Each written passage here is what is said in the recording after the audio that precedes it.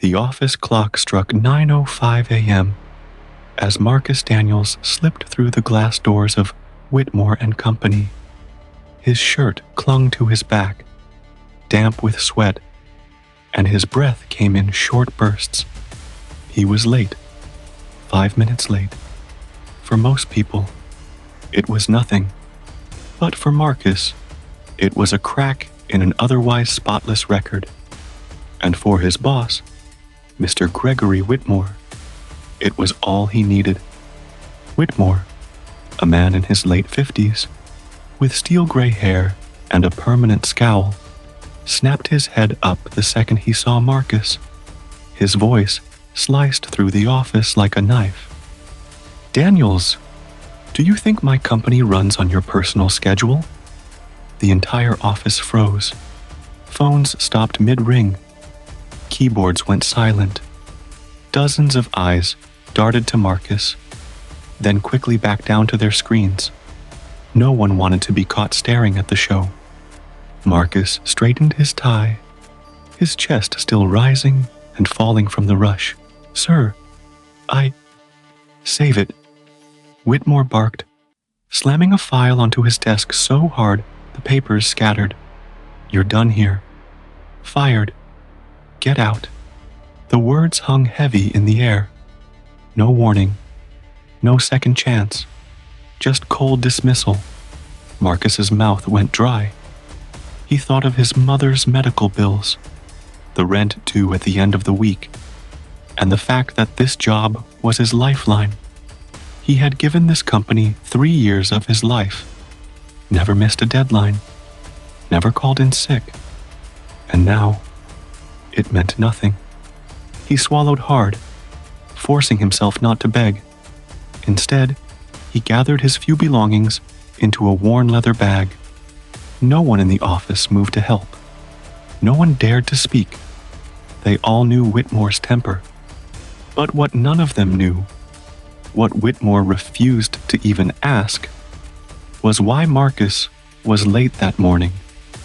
Just an hour earlier, Marcus had been walking to the bus stop when he caught sight of thick gray smoke curling into the sky from an alley across the street. At first, he thought it was nothing, maybe someone burning trash. But then he heard it. Faint, hoarse cry for help. Without hesitation, Marcus dropped his bag and ran into the smoke-filled alley. There, beneath a pile of collapsed wooden beams, lay an elderly man. His legs were pinned, his face pale, his breaths ragged. Flames licked closer with every passing second. Marcus tore into the debris, ignoring the searing heat that scorched his arms. His palms blistered as he shoved beam after beam aside, coughing as smoke filled his lungs. Finally, with one last surge of strength, he dragged the man free, just as part of the structure collapsed in a roar of fire behind them. The old man clutched Marcus's arm, his voice trembling. "You saved my life." Marcus simply nodded, too breathless to reply. He stayed until paramedics arrived, then slipped away quietly, never even giving his name. And that was why he was 5 minutes late. Back at Whitmore and Company, Marcus walked out with his bag slung over his shoulder. His co-workers avoided his eyes, too afraid to show sympathy in front of Whitmore. Whitmore smirked in satisfaction, convinced he had just rid himself of a liability. But 2 days later, everything changed. Whitmore called an emergency staff meeting. Reporters had been swarming the building all morning, cameras flashing outside the glass doors. His usually smug face was pale, his hands trembling as he spoke. "Some of you may have heard about the fire on Pine Street," he began, his voice unsteady. "The man who was saved was my father." Gasps rippled through the room. Whitmore's throat bobbed as he swallowed hard. "My father told me a stranger risked his life to pull him out of the flames, burned his hands, nearly collapsed from the smoke. He wouldn't be alive today without that man. He paused, his gaze dropping to the floor. And that man was Marcus Daniels. The office fell silent. Eyes darted around, searching for Marcus, only to realize he wasn't there. He wasn't part of the team anymore. Whitmore's voice cracked. I fired him, without listening, without asking, and in doing so, I threw away one of the finest men this company has ever known. The guilt was heavy in the air, suffocating. Some employees, who had turned their heads when Marcus walked out, now shifted uncomfortably in their seats. But Marcus wasn't there to hear Whitmore's confession. He had already found work elsewhere, at a small community center, where people cared less about punctuality and more about heart. Weeks later, Marcus was invited to a city ceremony honoring local heroes. He walked onto the stage to thunderous applause, his bandaged hands still healing. From the back of the room, Whitmore sat stiffly, his pride shattered, watching the man he'd fired receive the Medal of Honor his father had personally requested, shook him to the core. But the humiliation wasn't over. As the mayor pinned the medal to Marcus's chest, the elderly man Marcus had saved stood beside him. The cameras zoomed in. It was Mr. Whitmore's father, the same man who had raised Gregory Whitmore, teaching him about hard work and respect, values his son had clearly forgotten. In front of the entire city, Whitmore's father turned to Marcus, gripping his hand with tears in his eyes.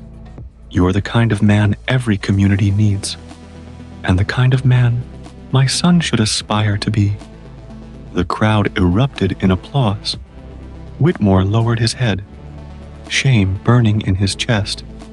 For the first time in his career, he wasn't the one in control.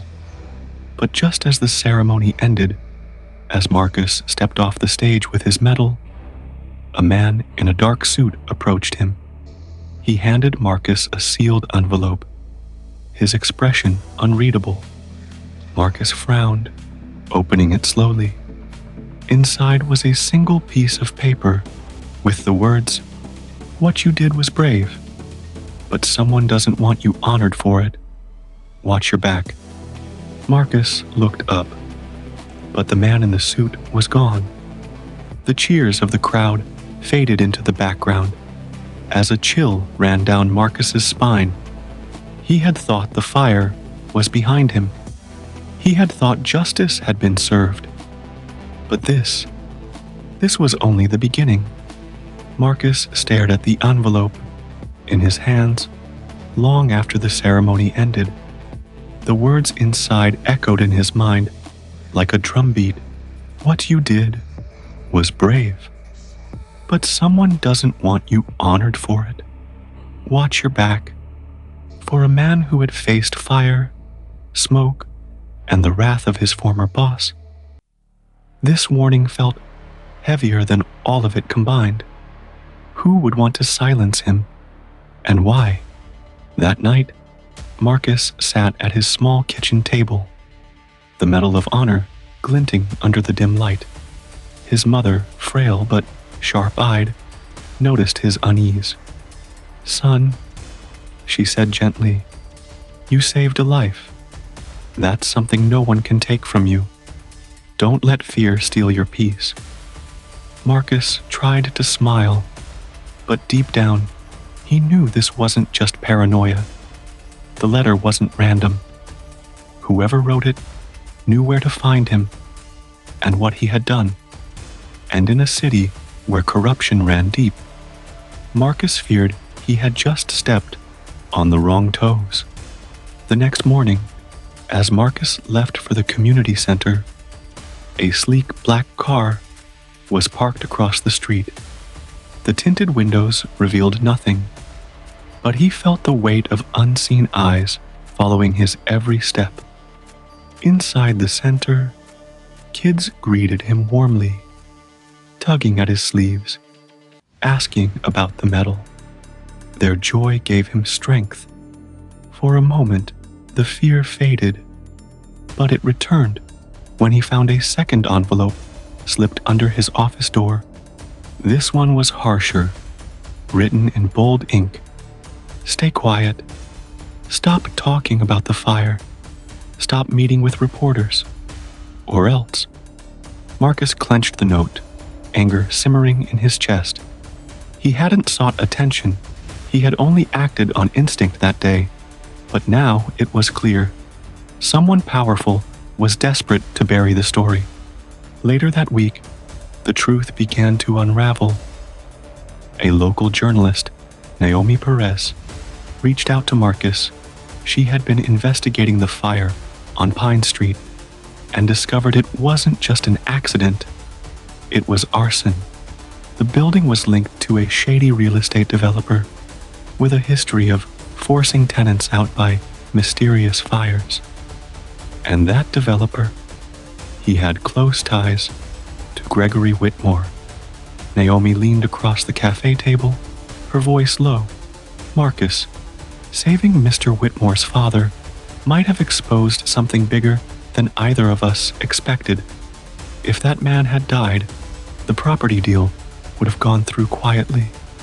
But now, the whole thing's unraveling, and you're at the center of it. Marcus sat back, his chest tightening. Suddenly, the warning letters made sense. This wasn't about him being a hero. It was about him being a threat. That evening, as Marcus walked home, the black car reappeared. This time, it didn't just watch. It rolled slowly alongside him. The window lowered, and a deep voice called out, "Mr. Daniels, we need to talk." Marcus froze, his pulse hammering in his ears. Inside the car sat a man in a dark suit, the same one who had handed him the first envelope. His face was calm, almost too calm. "You're in over your head," the man said, his voice steady. "Walk away now, and this ends. Keep digging, and you won't like what happens next." Marcus's fists clenched at his sides. "I don't scare easy." The man's lips curled into a faint smile. "Then maybe we'll have to teach you how to be scared." The car door swung open. Two men in black suits stepped out, their expressions hard, their movements deliberate. Marcus took a step back, his mind racing. He was outnumbered, cornered, with nowhere to run. But then, headlights appeared at the end of the street. Another car sped toward them. The men froze, exchanging wary glances. The vehicle screeched to a halt beside Marcus. The passenger window rolled down. Naomi Perez leaned out, eyes blazing. "Marcus, get in. Now." Marcus didn't hesitate. He dove into the car, and Naomi hit the gas.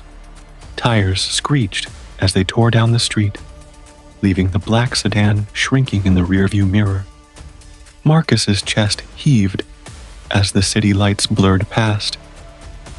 "Naomi, what did you just drag me into?" Naomi gripped the wheel tighter, her voice urgent. "You're not the only one they're after. That fire, that developer, it goes all the way to the top. And if we don't move fast, people are going to die." Marcus stared at her, shock flooding his veins. He thought he was just a man who saved a stranger. But now, he was realizing he might be the key to exposing something far bigger. And the people trying to stop him, they were only getting started. Who's really behind this? Comment below.